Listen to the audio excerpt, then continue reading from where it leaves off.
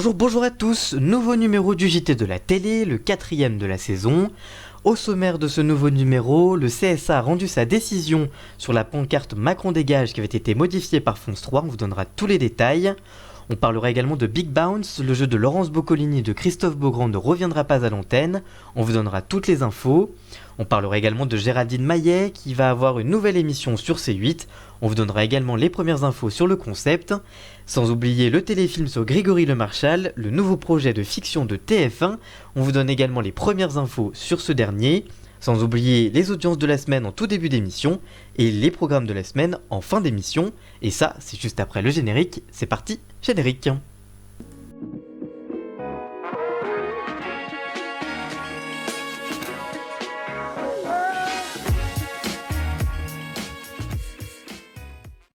Comme chaque semaine, retrouvez votre nouvelle rubrique des audiences de la semaine pour revenir sur les principales audiences qui ont marqué la semaine médiatique. Et ça, c'est juste après le jingle.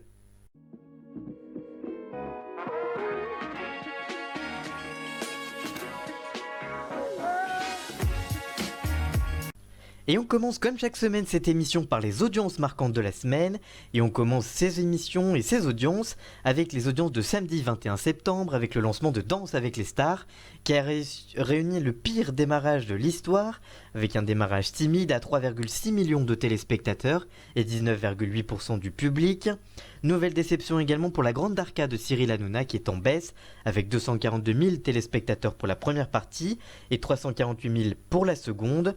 Enfin, On n'est pas couché enregistre une légère hausse à 774 000 téléspectateurs en deuxième partie de soirée sur France 2. Zone Interdite dimanche a enregistré son meilleur score depuis un an et sa meilleure part de marché depuis 4 ans avec 3 millions de fidèles et 14,3% du public avec un reportage sur les héritages. Enfin, la série The Handmaid's Tale a déçu sur TF1 Séries et Films avec seulement 317 000 fidèles au rendez-vous comparé à septembre 2018 lors de la première saison. Eh bien, la série avait été lancée devant 890 000 téléspectateurs. C'est donc décevant pour la chaîne du groupe TF1. Lundi, toujours sur TF1 d'ailleurs, La Part du Soupçon avait rassemblé 5,1 millions de téléspectateurs et 22,5% du public. Mais ça n'a pas déstabilisé L'amour est dans le pré, qui a enregistré une forte progression à 3,8 millions de téléspectateurs. Enfin, Enquête prioritaire sur RMC Story a enregistré un record à 286 000 fidèles. Mercredi, Good Doctor a continué de performer à 4,5 millions de fidèles. En face, Le Meilleur Pâtissier a également repris du poil de la bête avec 2,3 millions de fidèles devant leur écran de télévision. Enfin, le documentaire L'Élysée, les secrets d'un palais a rassemblé 529 000 personnes sur RMC Découverte, soit 2,4% du public devant leur écran de télévision. Jeudi, le lancement de la série Pour Sarah a un petit peu déçu à 4,4 millions de téléspectateurs. Également à noter le score décevant du documentaire Hommage de Jacques Chirac à 1,6 million de téléspectateurs. Et à noter également le record d'audience pour TPMP XXL à 1,1 million de téléspectateurs. Voilà pour les audiences de la semaine, on passe maintenant aux infos de la semaine, juste après ce petit jingle.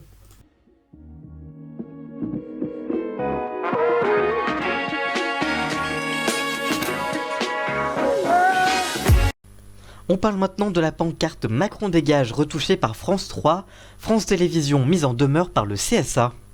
Une pancarte avait été modifiée dans le 19-20 de France 3 en décembre 2018. Une mise en demeure est tombée. Pour rappel, en décembre 2018, le 19-20 national de France 3 avait été pointé du doigt pour avoir masqué une partie d'une pancarte brandie pendant une manifestation lors d'un rassemblement des Gilets jaunes à Paris. À l'antenne, seul le mot Macron était apparu, alors qu'il était en réalité inscrit Macron dégage. Cela n'avait pas échappé aux téléspectateurs qui avaient interpellé la chaîne sur les réseaux sociaux en publiant la photo originale, obligeant Catherine Motache, la titulaire de l'information du week-end de France 3, à présenter ses excuses dès le lendemain à l'antenne au nom de la chaîne et de la rédaction, en invoquant, je cite, une erreur humaine. De nombreux téléspectateurs et notamment l'auteur de la pancarte Jean-Baptiste Rédé avaient décidé de se tourner vers le CSA, le Conseil supérieur de l'audiovisuel, afin que cet incident ne reste pas sans conséquence pour la troisième chaîne de France. Celui qui se fait surnommer Voltuant avait saisi l'instance pour évoquer une censure. Dans une décision prise cet été et dévoilée seulement cette semaine par le syndicat Force ouvrière de France Télévisions à l'AFP, le Conseil supérieur de l'audiovisuel a estimé que, je cite, « la diffusion d'une photographie ainsi modifiée, l'altérant sa signification dans un contexte particulièrement sensible, constituait un manquement à l'exigence d'honnêteté de l'information qui s'impose à France Télévisions et un manquement à l'obligation de rigueur dans la présentation et le traitement de l'information ». Le CSA a toutefois décidé de ne pas infliger de sanctions à France Télévisions, jugeant que le groupe public n'avait, je cite, pas contesté l'existence de ce manquement et avait immédiatement pris l'initiative d'informer les téléspectateurs et les acteurs du secteur audiovisuel de l'erreur commise. Le CSA a également noté que la chaîne s'était excusée et avait mis en œuvre une série de mesures pour éviter à l'avenir la réitération de manquements de cette nature. De ce fait, le Conseil supérieur de l'audiovisuel a mis en demeure le groupe de Delphine Arnault de respecter à l'avenir les obligeances en matière d'honnêteté et de rigueur de l'information. On continue avec Big Bounce, le grand jeu de course de trampoline aura-t-il droit à une nouvelle saison? TF1 répond. Après avoir diffusé 3 premiers numéros en début d'année, TF1 va-t-elle proposer d'autres numéros sur son antenne? Big Bounce Battle était adapté d'un format allemand et diffusé sur TF1 le 4 janvier dernier pour 3 numéros consécutifs. Le concept est simple, des candidats de tout âge, hommes, femmes et enfants, s'affrontent sur un parcours géant de trampoline en moins de 4 minutes. En moyenne et en audience veille, les 3 premiers numéros avaient rassemblé 3,4 millions de téléspectateurs et 17,2% du public. Sur la cible prioritaire des femmes responsables des achats de moins de 50 ans, les fameuses FRDA-50, atteint 26%. Après un bon lancement, les 2 dernières semaines de diffusion avaient été doublées par la série Shérif sur France 2. C'est Fabrice Bailly, le directeur des programmes et des acquisitions du groupe TF1, qui a révélé dans une interview accordée à nos confrères de Média Plus ce mardi l'avenir du programme. D'abord interrogé sur l'avenir de la chanson secrète de Nico Saliagas et d'un retour possible de Qui veut gagner des millions en quotidienne ou encore d'une saison 3 de Je suis une célébrité, sortez-moi de là, l'homme a annoncé que le retour de ces émissions ne sont pas à exclure. En revanche, la course de trampoline présentée par Laurence Boccolini, Christophe Beaugrand et Anaïs Grangerac est scellée. Fabrice Bailly indique, je cite, « pas de reconduction prévue à date pour Big Bounce Battle », mais TF1 n'exclut pas de mettre prochainement un nouveau jeu à l'antenne. Je cite, « nous y réfléchissons très sérieusement », conclut-il dans Média Plus. On continue cette émission avec Touche pas mon poste, Géraldine Maillet bientôt à la tête d'une toute nouvelle émission sur C8. Alors que Géraldine Maillet est chroniqueuse de TPMP depuis plusieurs années, elle prendra bientôt les commandes d'un tout nouveau divertissement sur C8. Alors que Géraldine Maillet a récemment avoué être menacée de mort, la romancière et chroniqueuse de Touche pas mon poste va prochainement être à l'animation d'un divertissement. C'est l'agence de casting Wiclap qui a dévoilé il y a quelques jours le nouveau programme que la spécialiste va bientôt animer en prime sur C8. Une nouveauté que la chaîne gratuite du groupe Canal+ va consacrer à l'hypnose et l'intituler Hypnose, une expérience pour tout changer. Le concept de ce show est présenté ainsi. Je cite, « En tout petit comité, vous serez les quelques spectateurs d'un rendez-vous mystérieux orchestré par Géraldine Maillet. Vous avez toujours voulu en savoir plus sur l'hypnose et être au cœur d'une expérience immersive et surnaturelle.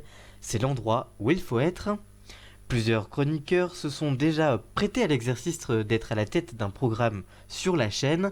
En effet, à l'époque, Capucine Anave avait eu son unitaire, Maxime Denis, lui, avait eu plusieurs émissions de magie, la magie selon Guény, qui avait eu droit à 2 numéros.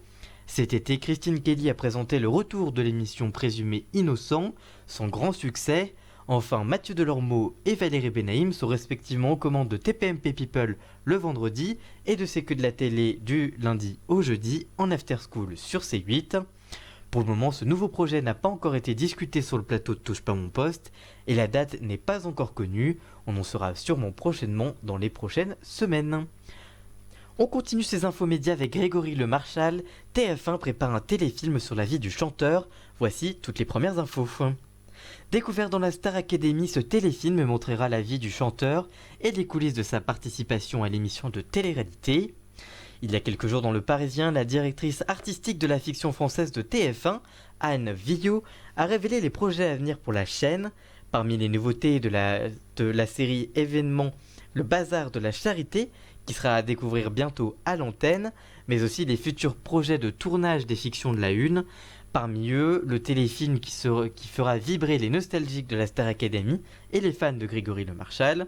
En effet, TF1 prépare un téléfilm autour du jeune chanteur atteint de la mucoviscidose et disparu en 2007, après avoir remporté la saison 4 de la Star Academy 3 ans plus tôt. Anne Villot indique, je cite, « Nous préparons un biopic sous forme d'unitaire sur Grégory Le Marchal, ce garçon qui s'est battu contre la maladie et a repoussé les limites. Le scénario est assez joyeux, on pénétrera également dans les coulisses de la Star Academy. » La question que se posent les fans est aussi de savoir si Nikos Aliagas, l'animateur de la Star Academy, la reprendra pour le téléfilm, comme en 2001 jusqu'en 2008, et interprétera donc son propre rôle. Si l'émission avait connu un retour avec succès sur Énergie 12 4 ans après la dernière sur TF1, depuis aucun projet de retour n'est envisagé à cause du prix de la production. Autre question, les téléspectateurs retrouveront-ils le mythique château de Damary-les-Lys que la production avait choisi? Depuis renommé château des Vives-Eaux, il a été rénové par son propriétaire pour accueillir des mariages suite à des dégradations après les tournages de l'émission, comme il l'avait révélé dans la presse il y a quelques temps. Voici donc, c'est un projet de téléfilm qui devrait bientôt voir le jour pour TF1. Pour le moment, aucun nom au casting n'a été révélé et Clément Rémiens a même dit qu'il ne serait pas Grégory Le Marchal dans ce téléfilm. On attend donc un nouveau nom. Autre nouveauté de la saison, c'est le programme télé de la semaine. Je vous propose 2 coups de cœur qui arrivent la semaine prochaine à l'antenne et que je vous conseille de regarder. En tout cas, moi, c'est ce que je vais regarder et je vous conseille en tout cas ces programmes dans le détail avec des diffusions et les détails de ce que vous allez trouver dans ces émissions. Et ça, on en parle juste après le jingle.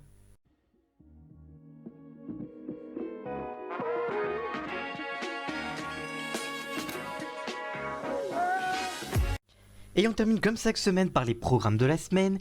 Et cette semaine, on va vous parler de Superstore, qui sera le lancement de la première saison avec 3 numéros inédits par soirée. Et ça, c'est à découvrir sur Énergie 12 à partir du samedi 28 septembre. Donc ce samedi, le synopsis de cette série est, je cite, « Des débutants aux yeux qui brillent, aux vétérans ayant déjà tout vécu, en passant par les employés d'été paumés et les managers déterminés, ils affrontent en famille les soucis du quotidien et inhérents à la gestion d'une grande surface. Une série comique à découvrir sur Énergie 12 à partir de ce samedi 28 septembre. Et autre programme de la semaine à découvrir, c'est jeudi en direct sur C8 avec Cyril Hanouna. Et c'est Monsieur Aznavour, un hommage à Charles Aznavour, un an après sa disparition. Je cite le communiqué de presse. Pour revenir sur le parcours de cette immense star de la chanson française, de nombreux invités seront présents ainsi que la nouvelle génération d'artistes qui reprendra les plus grands tubes de l'artiste. Dans ce prime exceptionnel, nous découvrirons des images personnelles et rarissimes tournées par Charles Aznavour lui-même. Chanteur, acteur, homme engagé, cette émission nous donnera l'occasion de revoir les grands moments de la carrière de Charles Aznavour. Un rendez-vous à découvrir le jeudi 3 octobre à 21h en direct sur C8 et présenté par Cyril Hanouna. Voilà donc pour nos 2 programmes de la semaine, et donc ça c'est à découvrir cette semaine à la télé.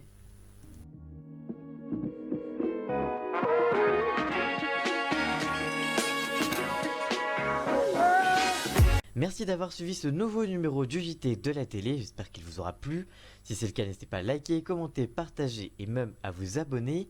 Si vous voulez suivre encore plus d'infos médias, on peut se retrouver sur Instagram et SoundCloud pour de nouvelles émissions plus courtes et condensées, extraites des vidéos sur YouTube. Si vous voulez aller découvrir ça, les liens sont dans la description bien évidemment. Et on se retrouve très vite pour une toute nouvelle vidéo. A très bientôt, ciao!